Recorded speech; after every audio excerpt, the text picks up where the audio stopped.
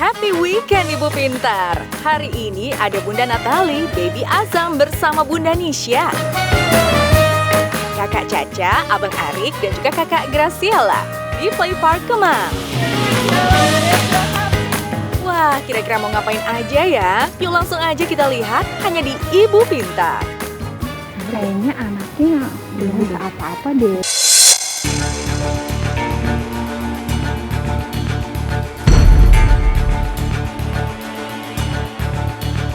Hai Ibu Pintar. Hai, kita lagi main nih sama anak-anak. Iya, kita lagi di Play Park Kemang nih. Seru banget seru lihat banget. anak-anak. Lihat tuh, ini ngeliatin takut jatuh. Tuh. Pelan-pelan. Nih Ibu Pintar. Perbedaannya perempuan sama laki-laki kalau main kayak gitu.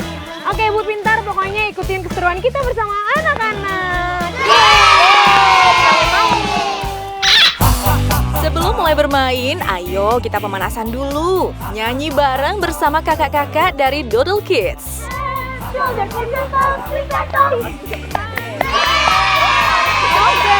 cepat.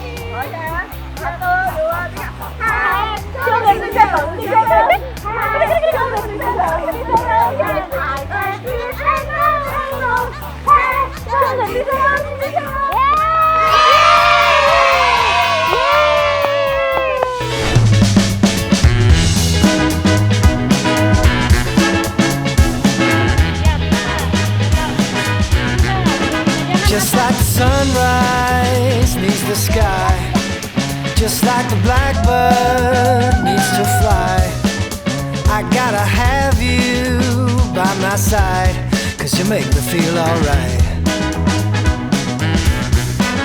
I know some people play it cool, but baby Ibu Pintar ternyata bermain ayunan banyak manfaatnya untuk tumbuh kembang si kecil. Pertama, untuk meningkatkan koordinasi. Kedua, untuk mengembangkan sistem sensorik. Ketiga, untuk meningkatkan kesadaran spasial. Dan yang keempat, berayun bermanfaat bagi kesehatan mental anak. Karena anak cenderung merasa baik, senang, dan bahagia setelah berayun di udara yang segar.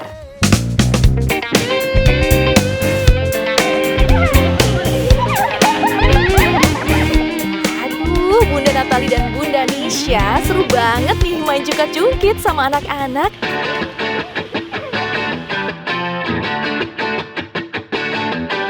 Oke, sekarang saatnya kita seru-seruan main air.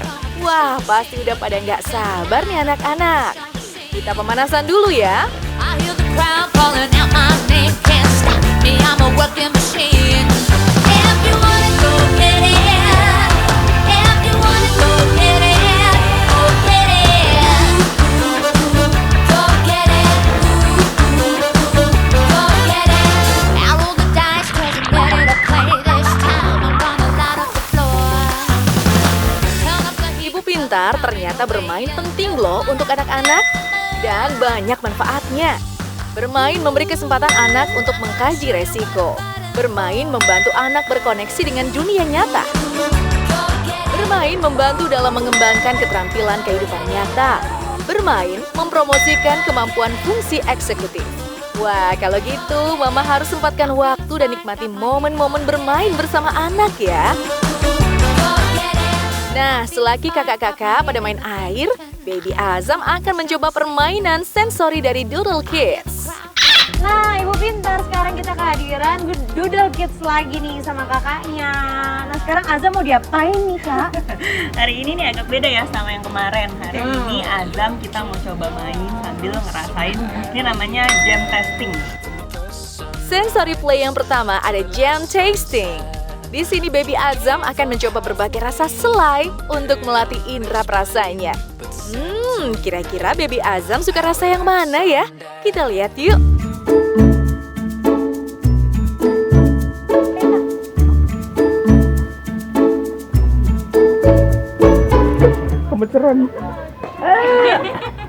Usia bayi 6-12 bulan adalah waktu yang tepat bagi bayi untuk mengeksplorasi rasa dan tekstur makanan Ibu Pintar. Bayi akan mulai menemukan rasa makanan yang dia suka dan akan menolak makanan tertentu yang tidak disukainya loh. Wah, Wah, ternyata Baby Azam suka nih sama selai serikaya yang rasanya manis. Nah, selanjutnya first stamp on paper wall. Di sini Baby Azam akan belajar mengenal berbagai buah dan sayur, serta belajar tentang bentuk dan warna Ibu Pintar. Ibu Pintar di rumah bisa ikutan nih mencoba juga dengan benda-benda yang ada di rumah. Kita cap-cap aja. Cap-cap, berarti kita cap-capin aja kali ya. Boleh, itu kebetulan kita ada Nih, kita cap-cap warna.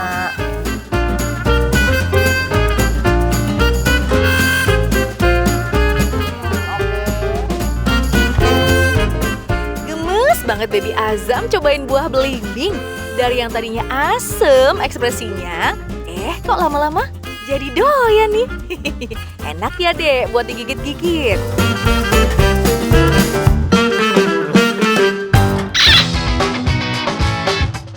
Sensory play selanjutnya ada play jelly dan ice cube painting.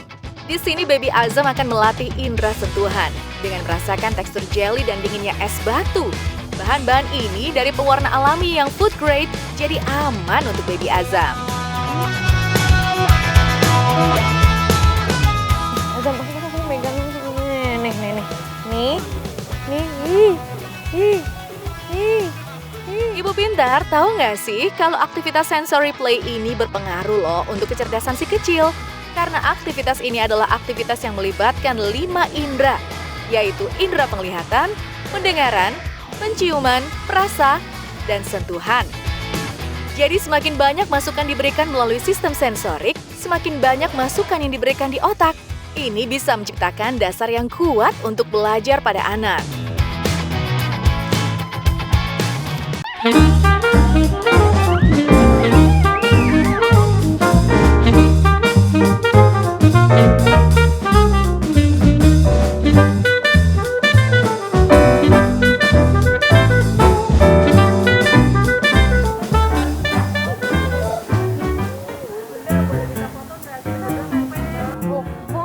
Boleh. Ya boleh, ayo sini yuk. Sini aku fotoin, Mbak. Kamu mau selfie aja, aku fotoin aja deh.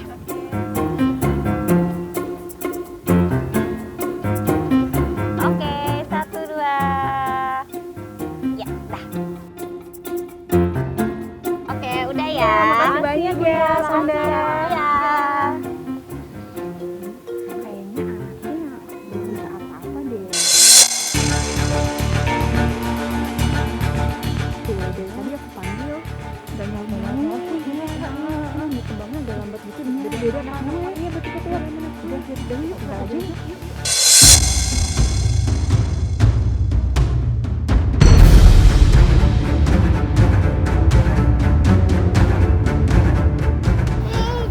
Denger nggak tadi ngomong apa? Gitu sih ngomongnya. Ibu zaman sekarang tuh Ibu Pintar emang kayak gitu, suka julid-julid ngata-ngatain kayak gitu ya kan, bukan berarti kalau misalnya anaknya tuh nggak sesuai sama anak mereka, nggak sama, beda, terus mereka jadi ngata-ngatain Iya, kayak makanya gitu, kenapa ya kan. dibanding-bandingin ya? Iya, selalu dia ngebanding-bandingin. Aku punya temen nih, aku punya temen dia dokter, aku mau telepon dia supaya dia kesini nyamperin kita ya, jadi kita bisa langsung ngobrol-ngobrol.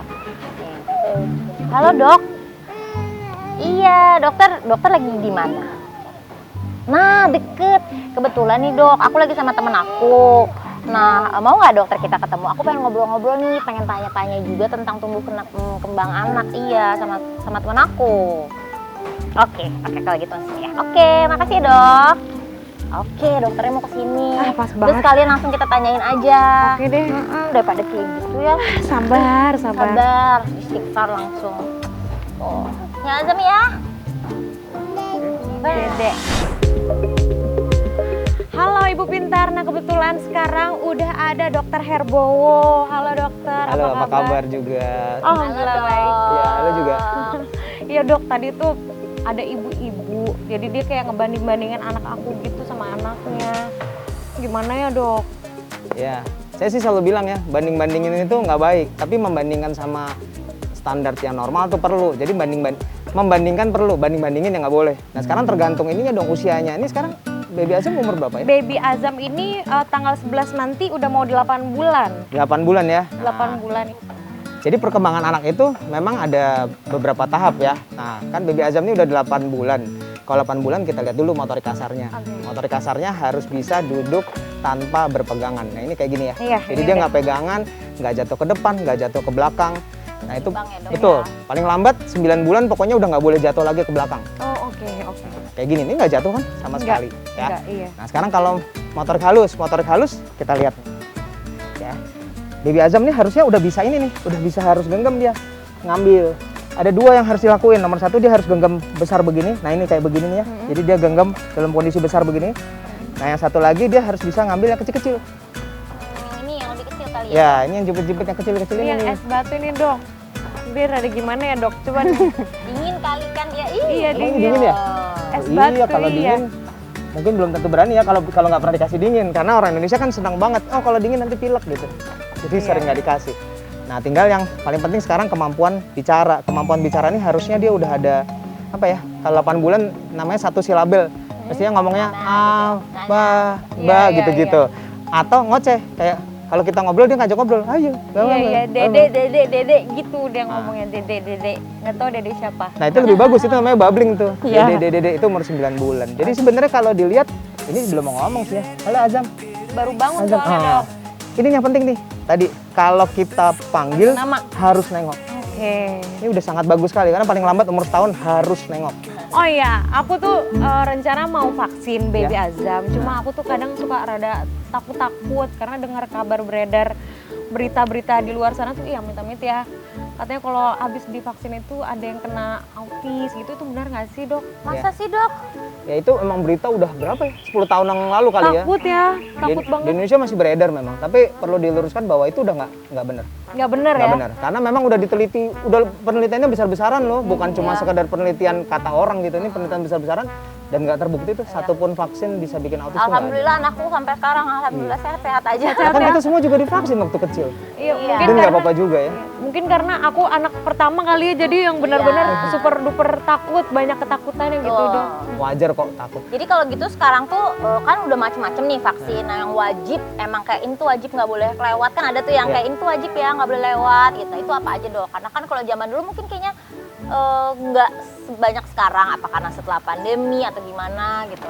Jadi sebenarnya semua vaksin di Indonesia itu penting karena memang semuanya penting. Kalau wajib nggak wajib itu bukan urusan penting nggak penting. Wajib itu karena pemerintah sudah mensubsidi sehingga masyarakat nggak usah bayar.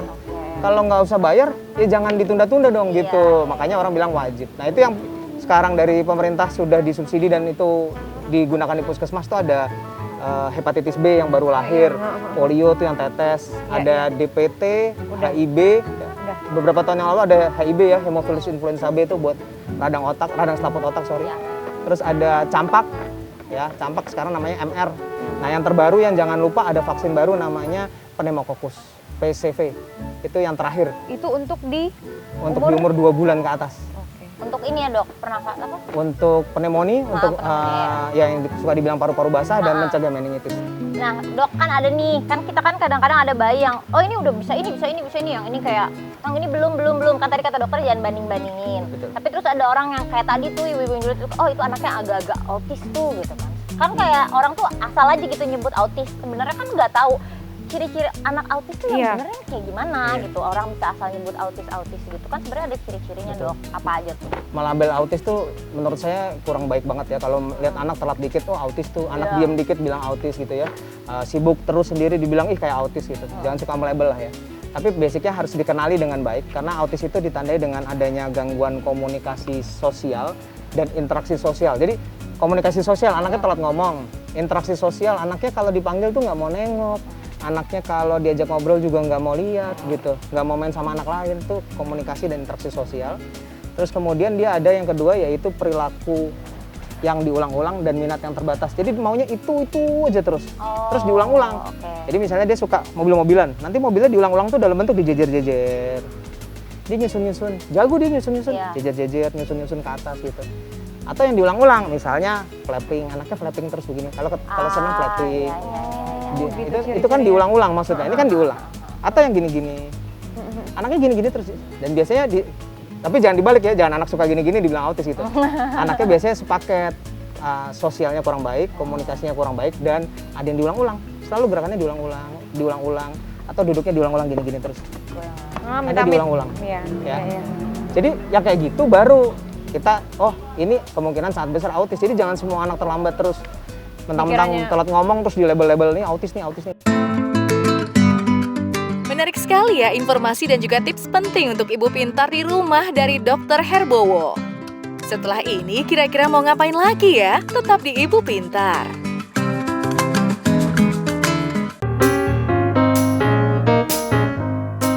Hai Ibu Pintar, masih balik lagi di Ibu Pintar. Para mama masih ngobrolin seputar perkembangan baby Azam nih. Kita simak sama-sama ya. Nah, jadi kalau misalnya nih orang tua nih kayak, "Ah, bener nih kayaknya anak saya agak ini gitu." Nah, itu ciri-cirinya tadi ya, indikasinya biasanya yang paling pertama ditunjukkan sama anak autis itu apa? Yang paling gampang. Yang paling langsung Gini, kayak, wah ini. kalau autis ringan itu sebenarnya sampai dia dibawa ke dokter pun kadang-kadang kita susah. Tapi kalau yang sedang atau berat kelihatan dari usia-usia kecil gini nggak suka nih kalau diajak main. Oh, udah kelihatan itu dari iya, kan dari dia umur sibuk segini sendiri. ya. Iya. Contoh ya di umur 4 bulan, harusnya kan 3-4 bulan kalau kita senyum dia balas senyum. Iya. Nah itu dia belum tentu balas tuh. Dia kalau nggak ada orang senyum-senyum aja.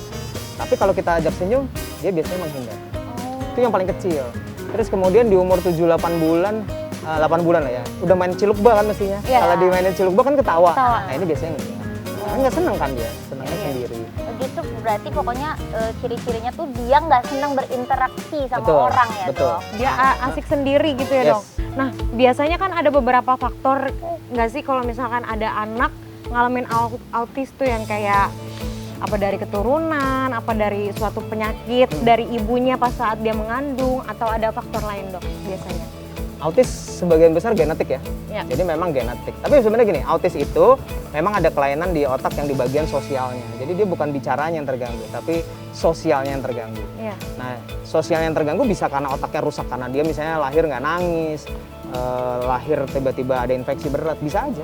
Tapi yang paling sering enggak, dia udah bawa gen itu dari dalam kandungan. Oh. Belum tentu diturunkan loh. Oke. Ya, bisa mutasi genetik, tapi itu gen biasanya. Tapi bisa jadi ada nggak sih kalau dari faktor keturunan? Ada. Oh, Biasanya tahu buktinya gimana? Ya kalau orang tuanya ada yang autis, anaknya juga ada, biasanya kita tahu nih keturunan. Atau anak pertama autis, anak kedua kok juga iya gitu. Iya, iya. Kita udah tahu lah, ini yang begini gen. berarti artinya gen. Memang diturunkan. Hati-hati. Seperti itu. Oke, Dok, berarti Azam ini udah sesuai ya dengan umurnya ya, perkembangannya dia. Oh iya banget dong, kan tadi kan semuanya yang kita lihat, yang semua saya bicarain semuanya ada. Udah, jadi artinya sangat oke saat ini. Oke, Dok. Terima kasih, Dok. Makasih ya, Dok. Terima kasih sama-sama. Udah kasih kita info-info buat ibu-ibu pintar di rumah juga. Oke, terima kasih Ibu Pintar. Pokoknya tetap di Ibu Pintar bersama aku, Natali Hoser dan Azam. Ada aku juga, Nisha.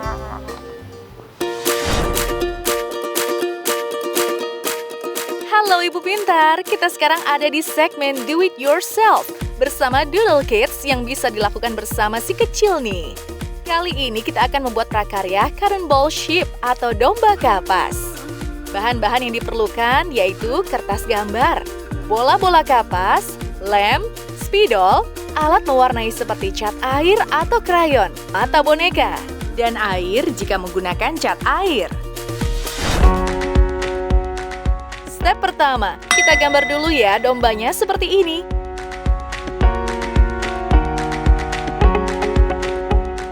Setelah gambar dombanya sudah jadi, step kedua yaitu kita warnai wajah, telinga, dan kaki domba dengan warna hitam.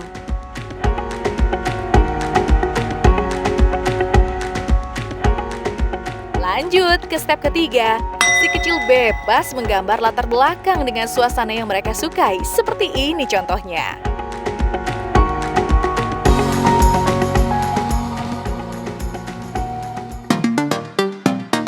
Nah, pemandangannya udah jadi deh. Step keempat adalah menempelkan bola-bola kapas di badan dan kepala domba menggunakan lem. Step terakhir, kita kasih mata boneka ke gambar dombanya seperti ini. Ooh, girl, you got me. Got the feeling that you can't get on me. You got me folding like paper origami. Tada!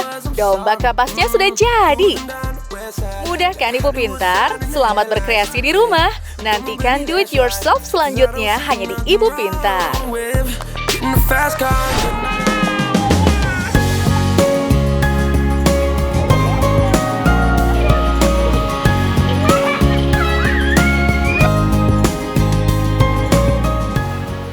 Ya ampun, ternyata di sini. Oh iya, Azam Bubu. Aku dari tadi main ngajak anak-anak seru banget. Sampai mana ya Bunda Natali ternyata udah di sini. Soalnya Azamnya Bobo. Enak banget lagi di ayun-ayun. Ayun-ayun goyang. Ayun-ayun ambing. Udah kalau gitu Ibu Pintar, kita udahan dulu kali ya mainnya. Azam juga bobo. Jangan lupa saksikan terus Ibu Pintar setiap hari Sabtu Jam 10.30. Terima kasih yang sudah nonton, karena ibu yang pintar pas nonton Ibu Pintar. Dadah.